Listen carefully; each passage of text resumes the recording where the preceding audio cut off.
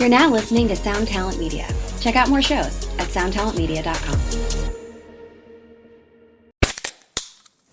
Hey, what's up, everyone? I'm Matt McGackie, the vocalist of Cryptopsy and the host of the Vox and Hops Metal Podcast, where I sit down with fellow metal musicians. We talk all about their lives and music while sharing killer craft beers. If you've ever wanted to sneak backstage and share a beer with one of your favorite musicians, well, Vox and Hops is the podcast for you. This week on the podcast, I dropped a killer episode with Kelly Schaefer of Atheist. There is this episode and over 440 other ones to help you enjoy life, metal, and craft beer. So what are you waiting for? It's time to become a Vox and Hops head. Cheers!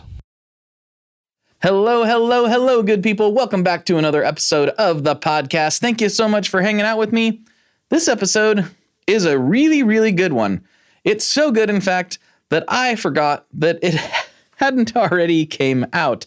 And that's because it was originally released as a Patreon bonus episode months and months ago. And in my little pea brain, I thought that meant it had come out publicly. Well, guess what? It hadn't.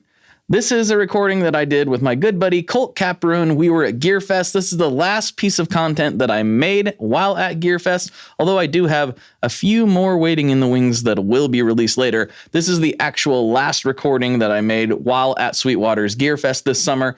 We had a really great talk. He did some updating on his previous appearance on the podcast. So if you're not familiar with Colt, he is a music production guru. I don't know if he'd be okay with me saying that, but I said it anyway. No, in all seriousness, he is an excellent, amazing music producer and recording engineer in Nashville. He has a fantastic YouTube channel. If you've not watched it, you're doing yourself a disservice. You definitely should check out Colt's YouTube channel. He is killing it over there and providing a lot of great information, gear reviews, tips, tricks, all kinds of things. You really should check out his channel. It is awesome.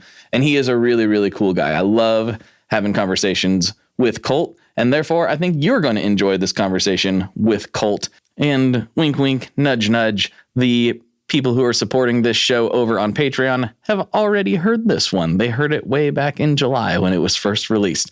So if you think that might be something you would like to do, head on over to patreon.com/tonemob, and for $5 a month, you too will get extra bonus episodes like this one beamed to your ears every single week. In fact, the Patreon supporters are getting 2 episodes this week that I recorded while I was at Farewell Fest. So yeah, if you're over on Patreon already, you're going to get those here very shortly. So check out your feed if you are indeed a Patreon supporter.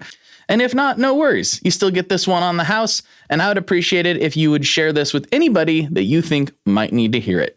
Shout out to Sweetwater for having us out. Shout out to Colt for taking the time to do this. And sorry, buddy, I apologize for this taking so long to come out publicly. That is entirely my bad. But it's here. Let's get into it.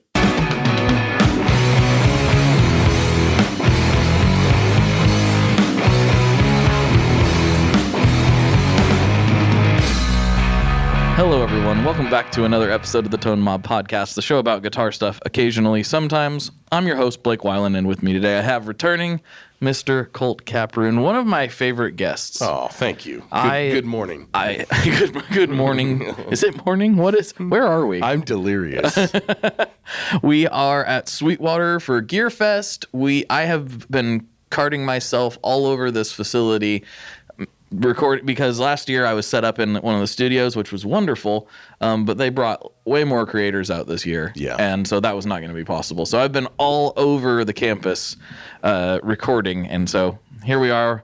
I think this is the last thing both of us are going to do. I'm done. It's been 3 crazy days, and this is it. This is it. I'm pumped to end it like this. I'm very happy to end it this way. We're chilling. We kind of got our own space back here. Yep. We can do whatever we want. My feet are kicked up on a chair, and everyone's walking past this place looking at me like I'm some sort of degenerate in the middle of Sweetwater offices. We are. Let's be honest. Yeah, we're a little bit degenerate. But man, it's cool to do this in person. Last time we did it remote. I always prefer an in-person, even though I rarely get to do them. I do too. And I thought, honestly, the next time we did this, it would probably be in Nashville. But here we are. Well, next time you're in Nashville, hit me up. You know I'm going to. We're going to eat. we're going to do whatever. Yes. It'll be fun. We got to get into some pizza. Last time you were talking about your favorite pizza joints in Nashville. Yes. So unfortunately, I talked up that place, and a listener posted to the Discord, which I need to be more active in. Sorry, everyone. A pizza from there. It's called Smith and Lentz, and they were like, it was okay, and I was like, really? I loved that pizza. What do you mean? And they posted their pizza, and I'm like, that doesn't look like what I've had from them before. Went downhill, huh? It would only have been like a couple months after I was there. Oh wow! So I was like, maybe it was just an off night. I think it was just probably an off night, but unfortunately, I hate it when I'm like, this is so good, and then somebody gets like a mediocre experience. I agree. Yep. Yep. You feel like you're letting everybody down. I know. Or like, man, this guy's terrible taste. Like, can't trust anything he says. That's funny. Yeah. That's funny. But I don't know. I've ate there twice, and I loved it both times. Yeah. I still need to try it. I have not been on the pizza hunt since our last episode. No, it's all right. You're a busy guy. And I'm so much more on the barbecue side of things. Yes, I'm with you. I'm with you. Lately I've been doing it myself too. So Yeah. got a smoker, and it's like multiple times a week. It's ribs or brisket or pulled pork or whatever. Yes. Or even just burgers on the smoker is unreal. What kind of smoker do you have? So I got a Pit Boss. Okay. And the thing that I like about it, hashtag not sponsored. Not yet. Yeah. Is the Pit Bosses have a grate that opens in the middle of it. That's cool. So like for burgers, for instance, or for steaks, I'll throw them on the side with the grate closed, smoke them at 200 degrees for an hour, open that grate, crank it up to 500 degrees, and then so it's a reverse sear. Yeah. And that is the jam. That's how you do steaks. Yes. I have to do that. I'll smoke the steak for a little while, get it almost done. Yep. And then I have a gas burner. Yep. Totally separate. Yep. That I put the cast iron on and do that. But So this is an open flame wood fired grill that'd be then. so good. Yeah. Yeah. It's awesome. I like that. So I'm in the process of I have to replace some parts on my Traeger. It's been very good actually. I've had it for like almost 10 years. Yeah, Traegers are great. And it's the most basic one. Like I got it back before they had the Wi-Fi and stuff. But I'm just like, I'm not gonna replace it until why not? Yeah. Yeah.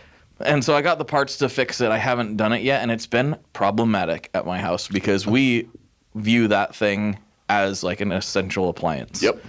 Like we use it constantly, like Yep. 3-4 nights a week. Yep. So I haven't had a chance to like tear it apart and get it. I thought I did. I thought I was like, I'll just replace the controller, which I did need to do, but also that's got some other things too. So That's funny. I got to tear it all back apart. It'll only take me like an afternoon, but since NAMM, and it's not related to NAMM, but just since NAMM, I have been going nonstop. Well, it's good. It's good. It's a great great problem to have. It is, but it's all fun. Well, not all fun, but it's all good. Good things. Yes. Yeah. It's just been like, wow, I can't even hardly mow my lawn. It's ridiculous. I feel you there. I am going to come home from this trip to a lawn that desperately needs mowed. Yes, same. Yeah. Yes. Well, that is some depressing conversation right there. This is ultimate dad talk. I know. Grills and lawn mowing. We're sitting in Sweetwater talking about grills and lawn mowing while surrounded by all this stuff. Yeah. But I do want to talk to you because last time we were talking about the Atmos situation. Sure. And I don't want to make that like the crux of every conversation that we have. No, it's okay. But a lot has changed. At that time, you were looking at doing the lot has studio. changed. I'm sure there's more information out There about is. that now. Yep. And fill us in. What is the deal? So for the listeners who don't know, go back and listen to the first time Colt was on. We don't need to rehash the whole for story. sure. Just go back and listen to that if you're confused. But Yeah, go so ahead. the first of all, I did not expect the whole Atmos thing to be as polarizing as it is. I didn't either. That was very surprising. Because that was not part of our conversation last time yet, was it? No. It had I think it was still a rumor. Yes. At this point. Well, Or technically, it is still a rumor. It's super unofficial, and and what we're talking about for those that haven't listened is sometime in February, rumors started spreading of the fact that you would likely not get playlisted on Apple Music if you didn't release your music mixed in Atmos. And it was rumors, and I reached out to a bunch of A-list mixers that I'm tight with, and they're all like, "Yep, it's unofficial, but definitely what's happening." So I substantiated all of that as much as I possibly could. Once I felt like I had enough to do a video on it. I do the video on it, and that video kind of broke the music industry. It was... You released that I think the same week. Yeah, the same week as our last episode. Yep. And that every once in a while I do these videos that like just rocket through the entire music production side of the industry. And it's wild. It's a wild thing to see. But I did not realize it'd be so controversial because there's a whole bunch of people in the industry that swear that's not happening. And there's a whole bunch of people that swear it is happening. Oh, I didn't realize that was the controversy I was seeing was more, and it was less professionals. It was more like end users being like, I don't care. That's dumb. That's the other side of the controversy. There's the business side where people don't think it's happening. They're in denial. But most of the pros that are cranking out, a couple hundred songs a year are all like, yeah, that's what's happening. And then the consumer side or the naysayers that don't believe in the platform, that Atmos isn't a good thing for music. That's the other controversial side. Right. Which I'm like, I'm sorry. If you haven't, if all I had was the headphone experience, I'd be like, eh. Yeah. Like, it's cool. It's kind of a gimmick, though. Yep. But once you hear it on a real system, it's the difference between mono and stereo. It is, and I also think that people are not paying enough attention to the fact that the consumer electronic base is already in place. Yep. All the sound bars are Atmos compatible, TVs, like smart speakers, Alexas, HomePods, they all put out Atmos. And the argument for the naysayers is, well, no one's going to put $100,000 of speakers in their living room, so they'll never be able to experience this. They don't have to. And I think what people are missing is that the grandma baking cookies for her grandkids who has 2 HomePods in her house that's putting out Atmos, she has no reference for what that $100,000 speaker setup sounds like. No. All she knows is that when she walks from her oven to her dining room table, she's literally walking through 3-dimensional music. And it's neat. Yes. She doesn't know what it sounds like otherwise. It's just cool. It's just cool. And then furthermore, because all the Atmos mixes are the default on Apple Music, my daughter, who's 4.5, she's going to grow up only hearing the Atmos mixes, even if it's the fold down. And since Atmos is -18 deliverable, it's so quiet, it's not crushed to death. What does that mean for the guitarists in the room? So most people listening have probably heard something about the loudness wars. Yep.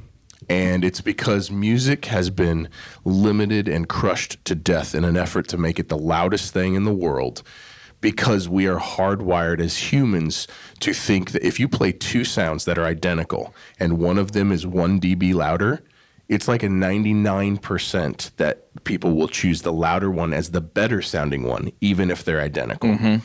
So that's where the loudness war started. If you could get your music to sound louder than the competition, people would perceive it as better. And I made a meme about this. I'll have to show you. Okay. Yeah. That's the foundation for the entire loudness war. And so nowadays, like for stereo, I'm crushing stuff to -5 dB, -4.5 dB, and it is unbelievably smashed and loud. But the deliverable for Atmos is -18, which means 0 limiting. You are not limiting your releases in Atmos. Oh, wow. So the loudness wars are over.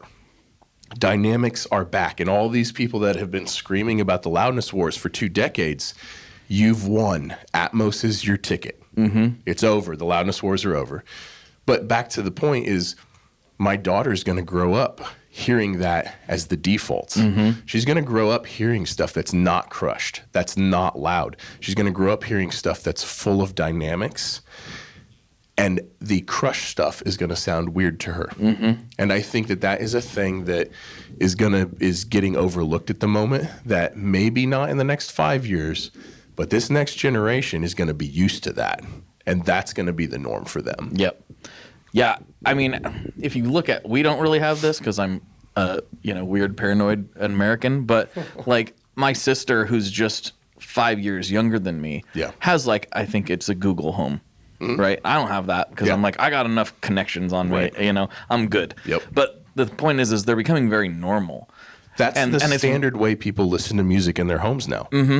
Yeah, lots of people listen that way. Like, we're the weird ones for listening on vinyl. Like, 100%. I mean, That's become more popular Sure. than it ever. But the average person is listening on a smart speaker. 100%. Yep. And my sister has them. And my point is, like, she's only 5 years younger than me, and she's like, I don't care if it's listening to me. Right. You know, she's like, Doesn't care. She knows that it is, and she doesn't care. Yep. And that's most people. Yep, it is. Most people, I would say, 30 and younger. Yep. It's just what it is. But yeah, you're right. Like, I very much think that Atmos is a good thing. I understand. I wish that, or I hope, I don't think this is going to happen, but I hope that Apple doesn't do that for the reasons that we talked about. As the far requirement, like getting rid of stereo, you mean? Yes, exactly. I don't think that'll happen, and here's why. I think vinyl is bigger than it's ever been. True. Can't do Atmos on vinyl. You can't. There's no way to pull Atmos out of vinyl, and recording to tape is making a resurgence as well. Mm-hmm.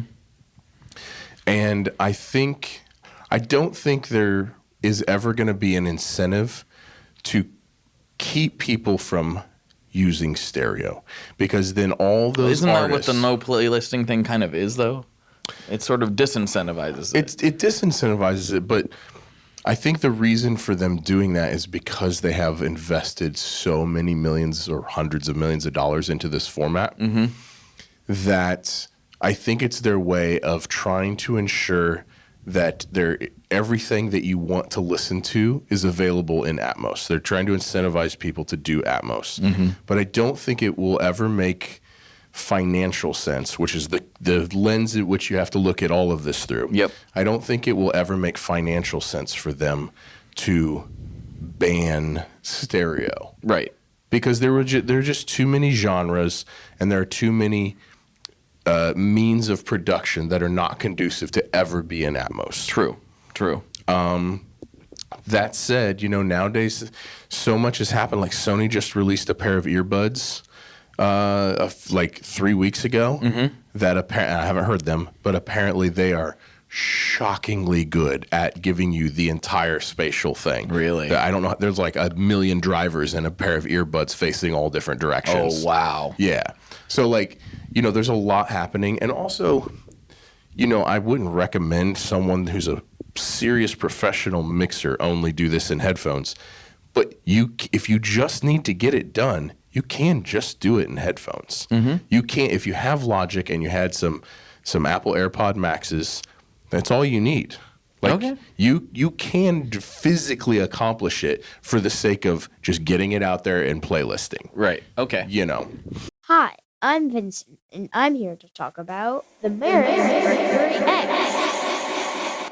My dad's always going on and on about how cool Maris is.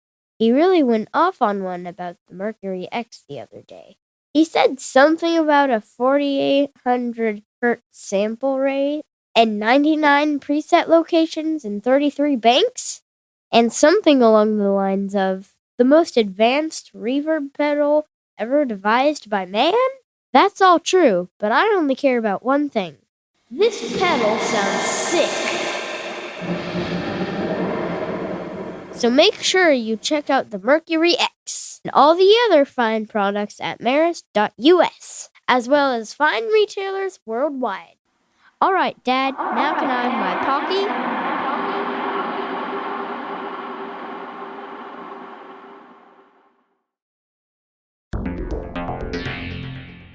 How exactly do artists get their music on Spotify, Apple Music, Deezer, Tidal, all these services? How in the world do you get your music there?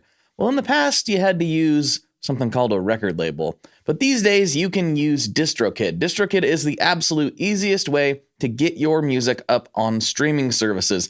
And it's the most affordable way to do so. Not only do plans start at $22.99 for the entire year, that's less than $2 a month, DistroKid also does not take a cut of your streaming revenue, unlike some other services out there.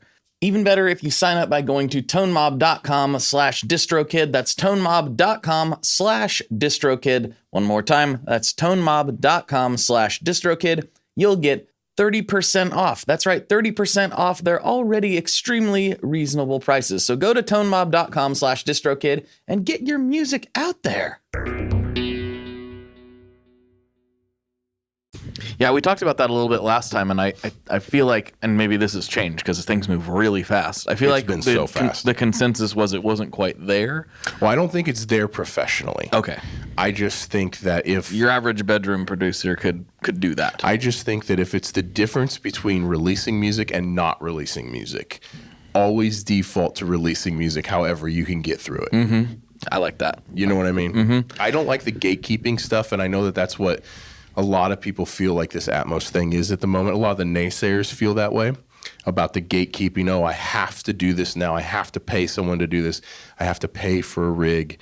And I would encourage people to just consider the creative benefits and the dynamic benefits, and then do the best you can from that. Right.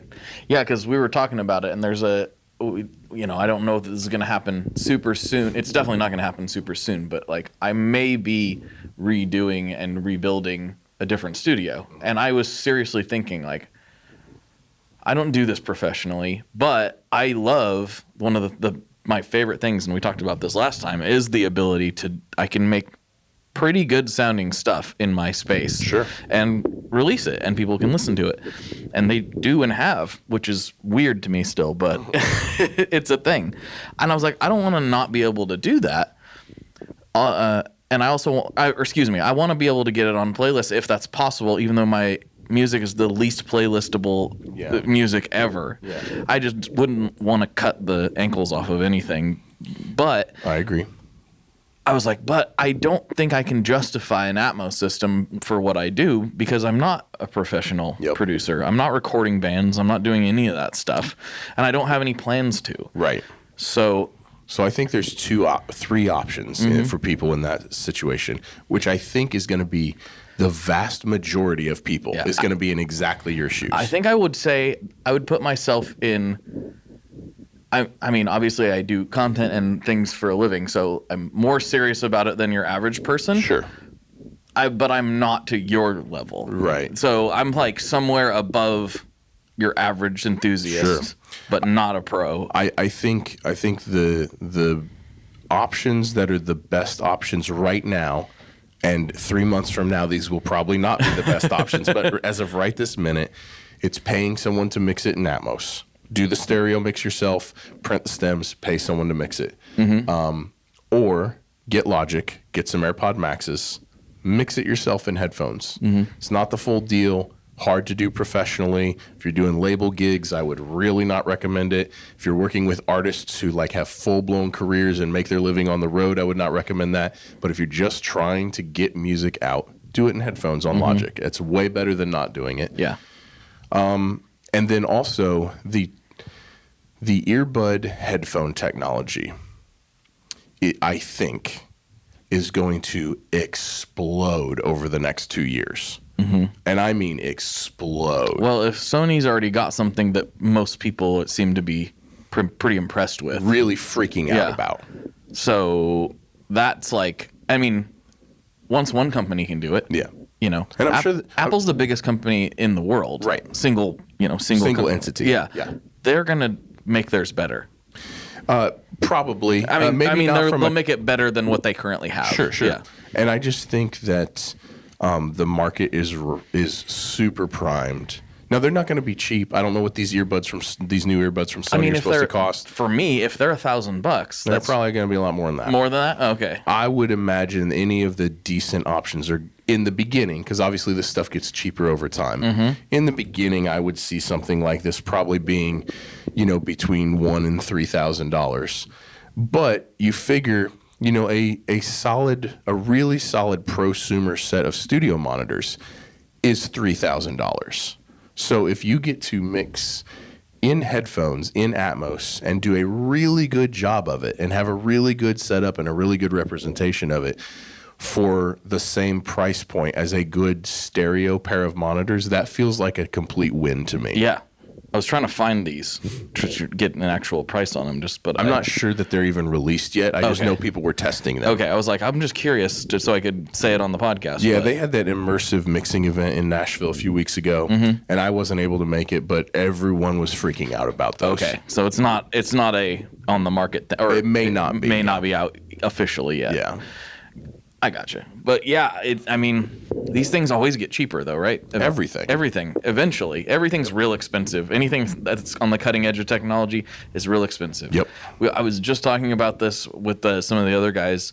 I think it was actually Henning Pauly. He was talking about he needed a CD burner for something, which he hasn't needed in a million years. And he's like, last time I bought one of these, it was like $600. Yep. He's like, I got it probably for like $29. He got it for $20. Yep.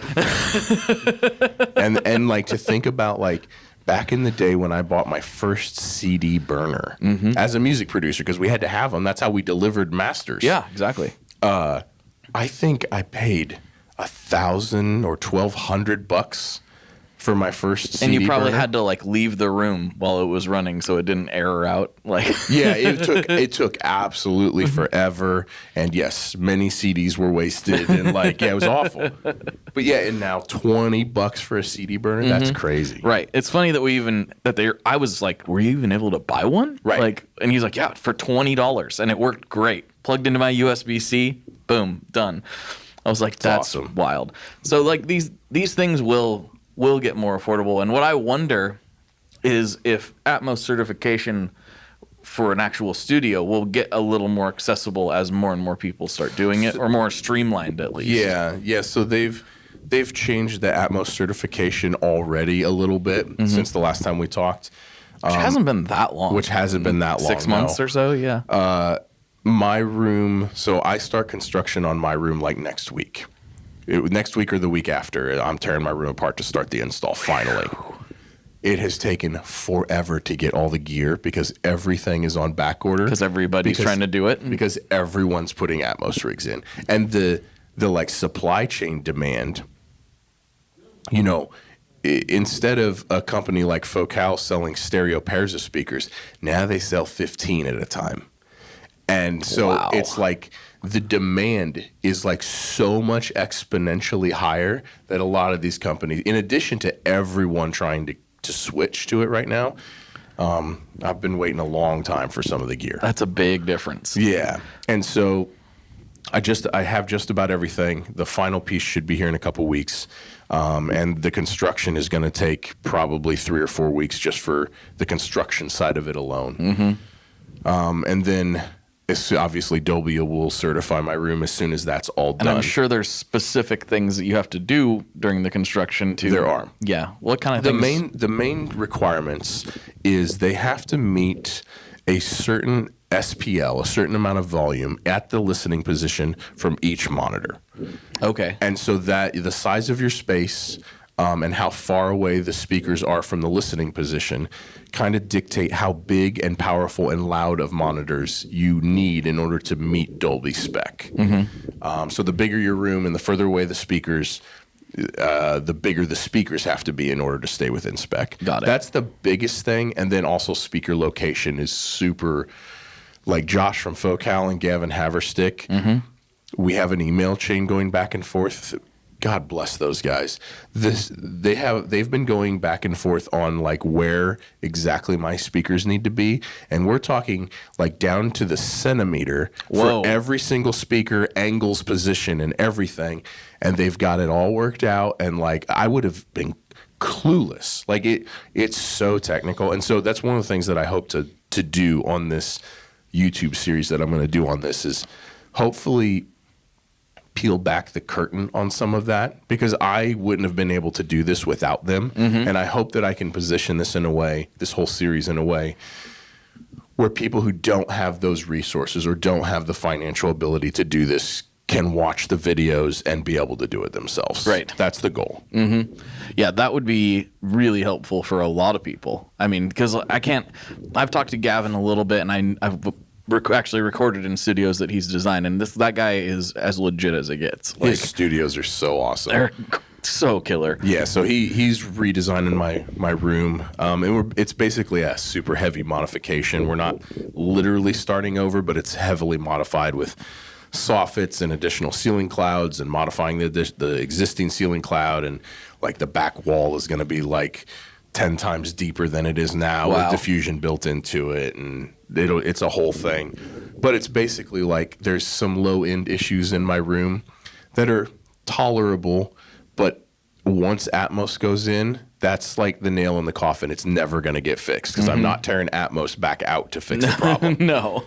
So it's like, do it now or, that's it. Mm-hmm. Yeah.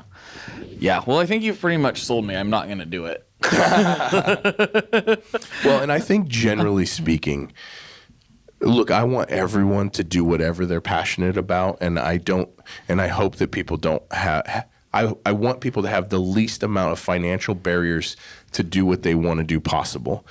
That said, it was 10 years before I had any business mixing songs for anybody, really. Sure. Yeah. Like the mixing learning curve is so long.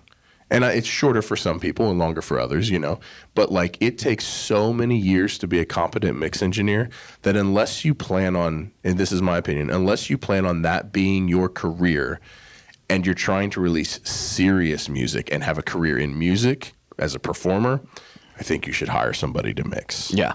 Because by the time you spend all the effort and the years and the energy learning how to mix competently as a musician or as an artist, you could have wrote 500 awesome songs. Right. And that would have way better served your trajectory of your career. Sure. Yeah, I think it's something, it's the reoccurring theme on this podcast that isn't pizza. It's people being self-aware, right? Yeah. Knowing yourself enough to be able to recognize, like, we all love gear. That's probably how you found this podcast in the first place. But knowing, like, how much do you really love it? Like, do you love it so much that you are going to put an Atmos system in your house, like an actual one? Yeah. I mean, studio is what I meant to say, but a house works too. Yep. But like, are you going to, or maybe you like guitar a lot? You could buy a lot of amps. I think it's really important for people. I think making a full career out of anything in music can be so difficult that you want to give yourself the best shot at it possible by laser focusing in on what's your strengths, whatever that is, whether it's being a singer or a songwriter or a performer or a mix engineer or a guitar player or whatever. Find the thing. What are you meant to do, or what do you have the utmost passion for? Mm-hmm.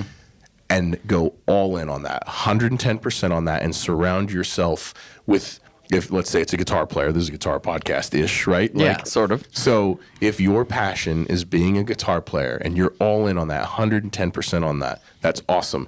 Find the singer that's 110% in on being a singer. Find the mix engineer that's 110% in on being a mix engineer. Mm-hmm. And when you surround yourself with people where their strengths are your weaknesses, your weaknesses are their strengths, that's when you have the best chance of having a career. It's funny that you say that, because that's one thing I've always, every event that I go to where, and this happened last time at Gearfest, where I'm not the only podcaster, but I'm the only person here that podcasting is the focus. Sure. Instead of YouTube.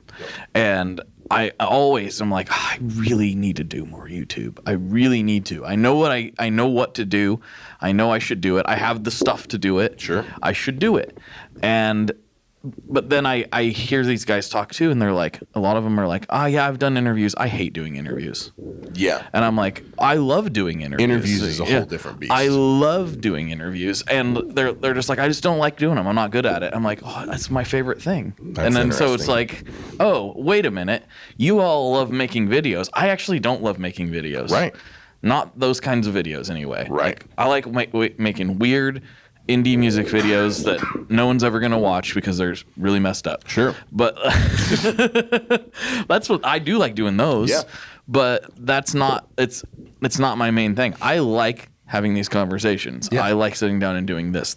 And none of the other guys I talk to, or girls, like doing that. That's why I'm the only one doing it. That's why you have a successful podcast and they have successful YouTube channels. Because everybody they went all in on the thing that they were passionate about. Exactly. And I think that everybody should do that. I agree. And also, like, if you love guitar, and if you listen to this podcast, I'm sure you love guitar. Actually, that's not true. I know there's people who listen to this that don't even play, which is the weirdest thing to me.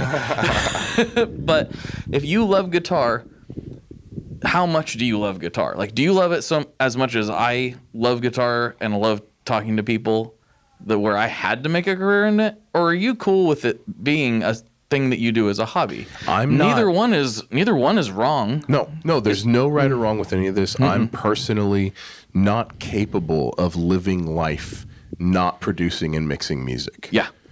I don't care if I'm eating ramen noodles every single night or I'm a millionaire, which will probably never happen. But It doesn't matter. The money has nothing to do with it. That is what makes me whole as a human. And I can't imagine, I won't be a whole person doing anything else. And so that's what I'm going to do. Yeah, it's funny because my dad and I were talking. He's not good at how should I say this? He's not good at talking about himself. So anytime he wants to have his resume updated or anything, my sister and I will help him do it because he's like, I don't even know what to put on here. I'm like, you're good at lots of stuff. This is not that hard, you know? So we were talking about that, and because he's applying for a different position in the same place where he works.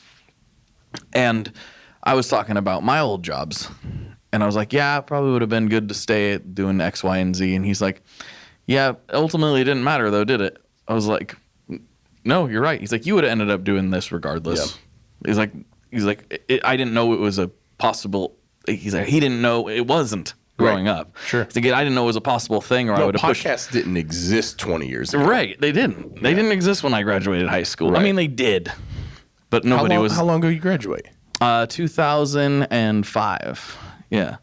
Was because Tom Green was kind of like the Godfather, right? There was people doing it before him. Okay. But not at that scale. Okay. So, yeah. Was he doing it yet at that point? I think he was. Okay. I think. I'm not 100% on that, but I believe he was. But that was, back then it was such a fringe, specialized, he had to pay. Right. He had to pay lots of money to have hosting. Yes, yeah. Exactly.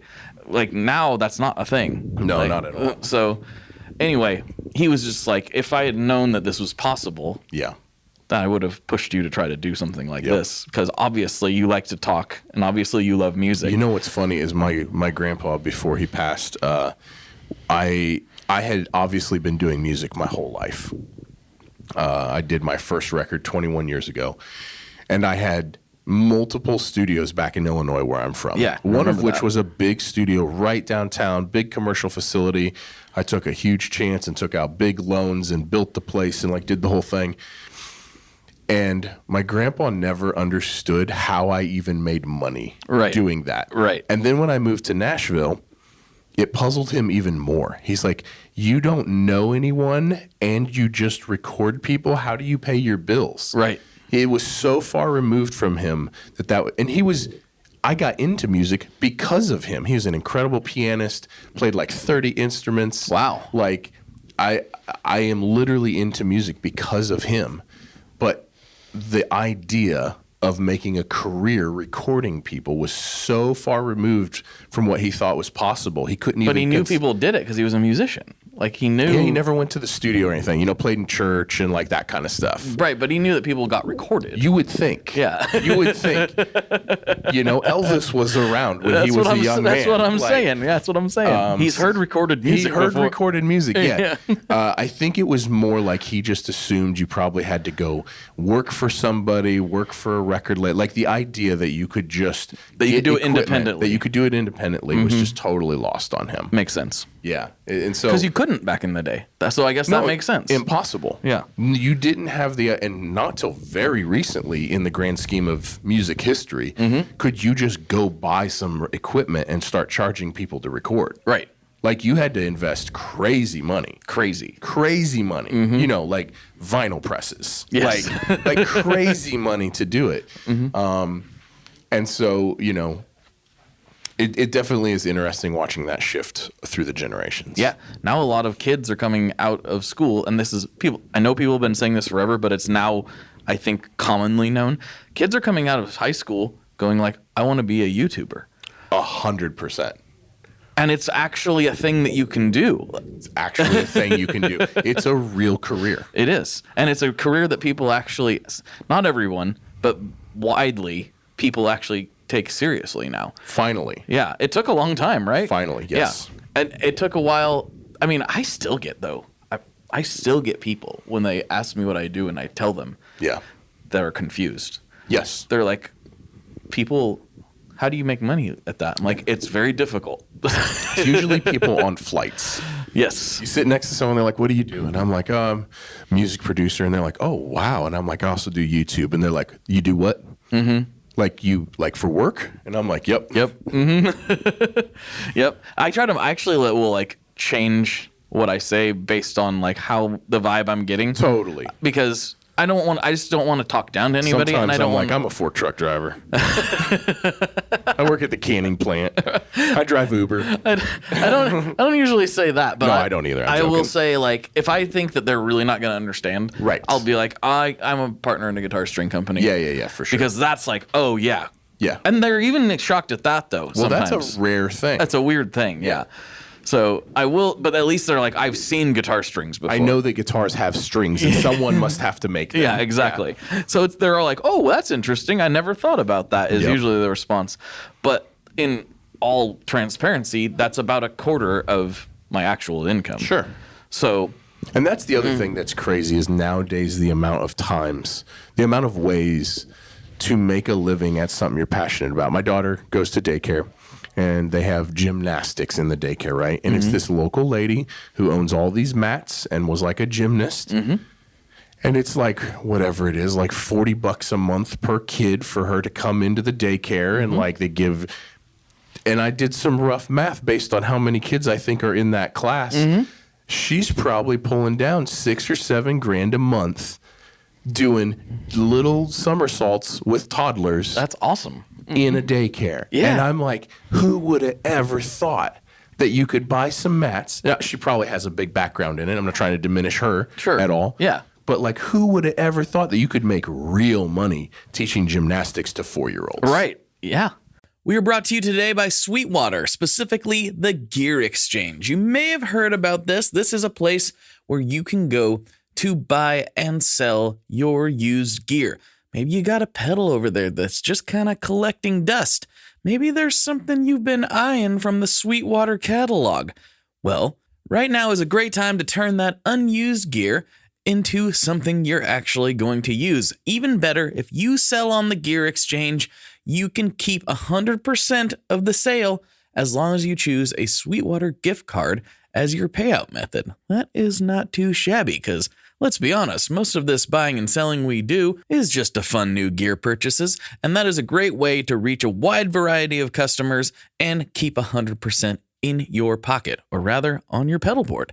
So go check out the Sweetwater Gear Exchange and turn that unused gear into something that's actually going to help you write that next huge riff.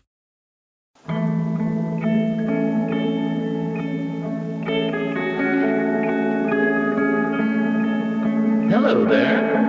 I'd like to introduce you to your new best friend, the Chase Bliss Audio Lossy. Lossy is a collaboration between Chase Bliss and Good Hertz. And it's meant to give you some control over those weird digital artifacts that come with very compressed audio. You're hearing it right now. All the changes that are taking place are strictly coming from my playing dynamics. I'm just interacting with the pedal and letting it do its thing. In some true stereo goodness. If you'd like some more details about Lossy, I'd invite you to head over to chaseblissaudio.com. You're gonna like what you find. And we, I think I think our generation specifically realized some of that stuff. I think, we all went to school and heard the same things, right? Yeah. Go to college, do this, do college. that.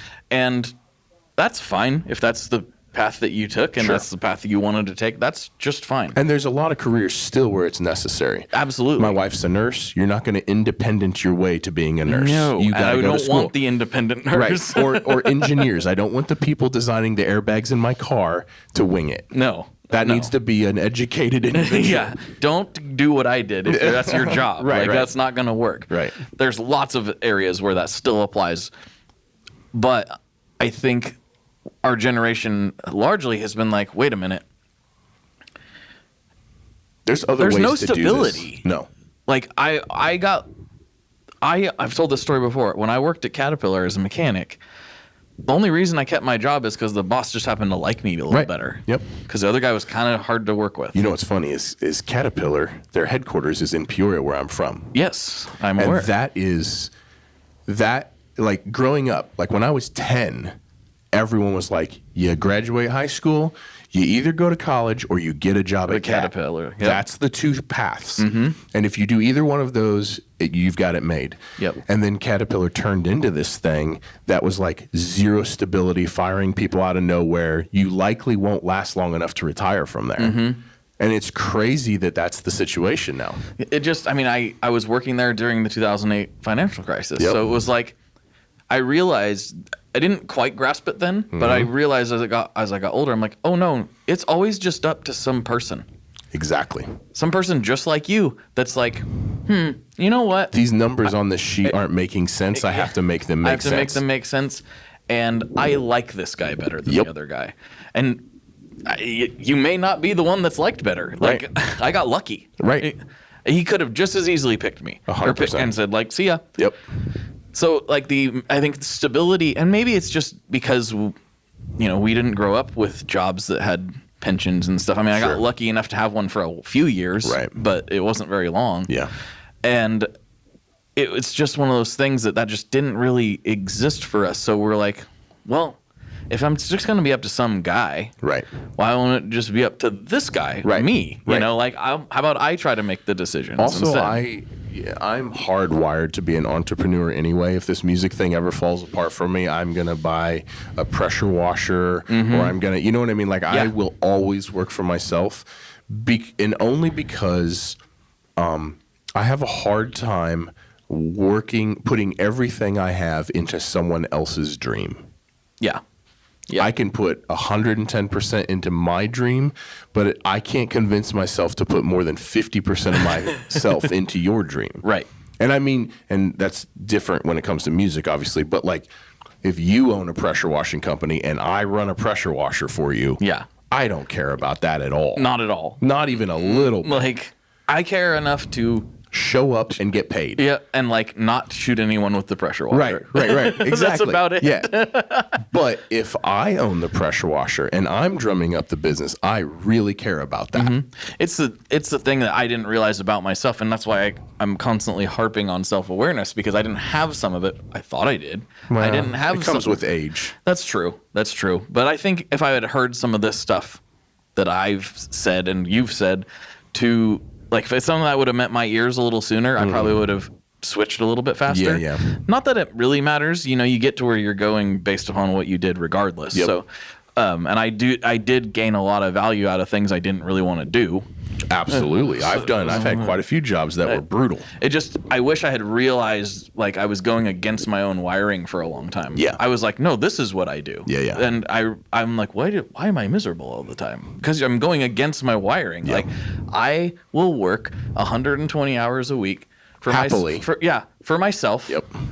To make the same or less money as I would at a 40-hour for somebody 100%. else. And my you know dad does what? not understand that, and that's fine. But you know what? When I want to clock out or go on vacation, there ain't nobody to approve that time off. I just me. go do it. I just do it. Yep. Like, I was like, oh, Gearfest is coming up. Yep. I guess I'll be there. 100%. Who do I have to ask? Yep. Nobody. 100%. And I mean, granted, I don't take as many vacations because I don't have to. Right. I'm like, I get to do enjoy my life a lot more. I get to do what I want, so I don't need a vacation. Yep. Not that I don't want one. I'll take some vacations. Don't get me wrong. But like, I don't need one like I used to need one. Right. And so that's why I just think, and I'm saying all this from my perspective. My dad does not like working for himself. He did it for 12 years. My wife's the same way. She's not really wired as an entrepreneur. She wants to punch in and punch out and leave all that at work. That's exactly what he wants to do too. And he went against his own wiring and tried to be an entrepreneur for 12 years. And he's like, realized, actually, I'm not wired for this. Exactly. And I think that's just the self-awareness will bring you a lot of happiness. If you 100%. 100%. Know your weaknesses, know your strengths, know your interests, pay attention to that stuff. And you're going to be just better off 100%. In every way. 100%. Dude, I hate to do this to you.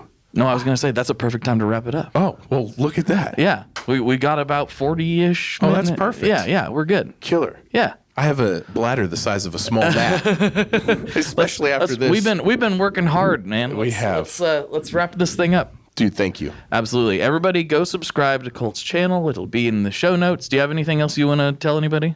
No, that was a solid conversation. I really enjoyed it. I always enjoy our conversations. Same. Thank you, man. Let's get some food. Let's go get food. All right, everybody. For Colt, this is Blake. And as always, folks, good luck and good tones. All right, folks, there you have it. There's another episode in the can. Like I said, if you are not familiar with Colt's YouTube channel, make sure you slide over to the old YouTubes and check it out. You'll be very, very glad you did. And if you would like to support this show, help keep it going, and to have been able to listen to this episode, a few months ago, you could go over to patreon.com/tonemob, where for $5 a month, you will not only get the ad-free feed of this entire podcast, you will also get access to extra special bonus episodes like this one and many, many more that never do come out publicly. So please support the show if you can. I'd really appreciate it. And until next time, folks, I will talk to you on the internet very, very soon. One last thing before we totally sign off here. I just want to remind you that if you do any shopping at Stringjoy, that's Stringjoy guitar strings made in Nashville, that will help me out as well.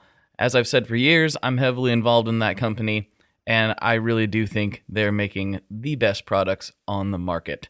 So if you would like to try custom strings, go to tonemob.com/stringjoy and check them out today. I seriously love what the team down there is doing.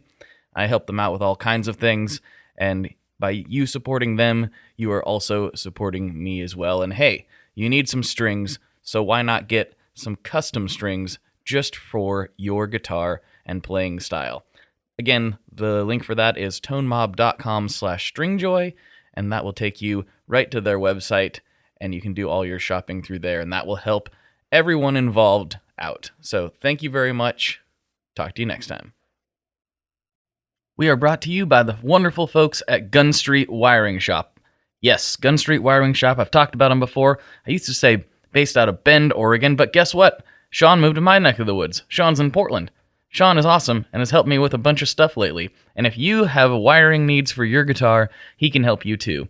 If you want to get weird with it, he can get weird. If you just need to spruce things up a little bit, there's your guy. He takes all the guesswork out of doing your guitar wiring, and he makes it simple, and his customer service is top-notch, and I can't say enough good things about Gun Street as a company. I really respect Sean and what he's all about, and the product is top-notch. I've got 3 different guitars that now have Gun Street harnesses in them, and I could not be happier. So go to gunstreetwiringshop.com and check them out.